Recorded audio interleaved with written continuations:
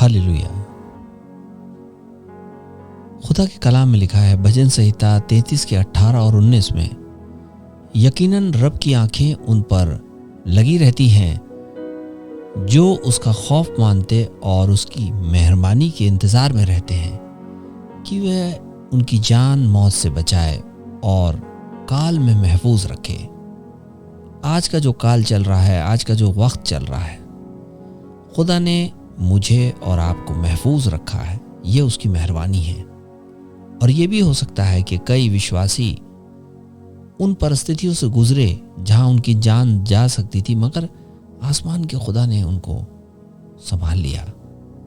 और ये सब कुछ संभव है सिर्फ और सिर्फ हमारे विश्वास के द्वारा और खुदा के कलाम पे चलने के द्वारा। हमारे दो पैर की तरह है, फेथ एंड वॉक। विश्वास कीजिए और चलिए। अगर हम विश्वास करके और चलते हैं तो यकीनन हमारे जीवन में मौजे होते हैं। और अगर आज हमें वो मौजा चाहिए, हम चाहते हैं कि हमारे जीवन में मौजा हो, तो अजीज़ों ये ज़रूरी है कि पतरस को जब आसमान के खुदा के बेटे ने उस दिन नाव पे बुलाया था, जब वो पानी पे था और वो पानी पे चलना चाहता था, तब बाइबल कहती है कि प्रभु यीशु मसीह ने कहा कम, COME कम। उसने सिर्फ पतरस को नहीं बुलाया, उसने सबको बुलाया था। लेकिन अजीजों, हिम्मत जुटाई सिर्फ पतरस ने। उसने पानी पे पैर रखा और वो चला। और जब वो डूबने लगा तभी प्रभु ने उसको संभाला। और वो डूबा क्यों? क्योंकि उसकी निगाह लहरों की तरफ चली गई, तूफान की तरफ चली गई।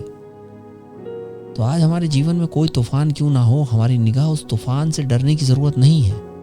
हम अपनी निगाह आसमान के खुदा की बेटी की ओर रखें। वो हमें डूबने नहीं देगा, उसने ये वायदा किया है। पतरस भी उस दिन नहीं डूबा। हालांकि हम इंसान हैं और चूक जाते हैं। पतरस ने भी दाएं और बाएं देख लिया और डर गया, और नतीजा क्या हुआ कि वो डूबने लगा। लेकिन आसमान के खुदा के बेटे ने हाथ थाम लिया। और रह गया सवाल इस बात का कि क्या सिर्फ पतरस को बुलाया था या सबको बुलाया था? इसका कंफर्मेशन ये है कि प्रभु यीशु मसीह लाजर की कब्र पे जब गए तो वहां उन्होंने कहा लाजर कब्र से बाहर आ। वहां उन्होंने ये नहीं कहा आओ। अगर वो ऐसा कह देता तो पूरा कब्रिस्तान खाली हो जाता। और यहां पर उसने कहा आओ। वो सबको चाहता है, मुझे और आपको भी चाहता है। लेकिन बाइबल कहती है खड़े खड़े देखो मैं तुम्हारे लिए चिन्ह और चमत्कार दिखाता हूं या नहीं। हमें भरोसा रख के आगे बढ़ना होगा, फेथ करना होगा विश्वास के साथ। हमें अपने, ऐसा भी नहीं है कि हम अपने घर पे बैठे बैठे विश्वास करते रहें। हम प्रार्थना करें, अपने काम पे जाएं, अपने काम को करें। हमें बीज बोना होगा, हम बीज बोएं, फसल तैयार करें।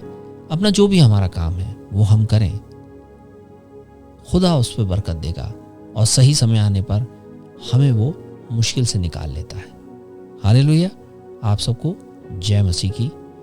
एक बार फिर खुदा का कलाम लेकर मैं आपसे रूबरू होऊंगा। आपका भाई संजय। शालोम। आइए आंखें बंद करें, हम दुआ करते हैं। धन्यवाद पिता परमेश्वर तेरी सामर्थ, तेरे अनुग्रह के लिए। हम जानते हैं इस वक्त इस प्रार्थना में जितने लोग जुड़े हैं, तेरी उपस्थिति उन पर आने पाए। तेरा वचन बातों में नहीं सामर्थ में है। ओ हालेलुया। सब पे अपना अनुग्रह कर, सबको अपनी बुद्धि से भर, ताकि आज जो बरगलाने वाले तमाम बातें आती हैं जिंदगी में वो ना आने पाए।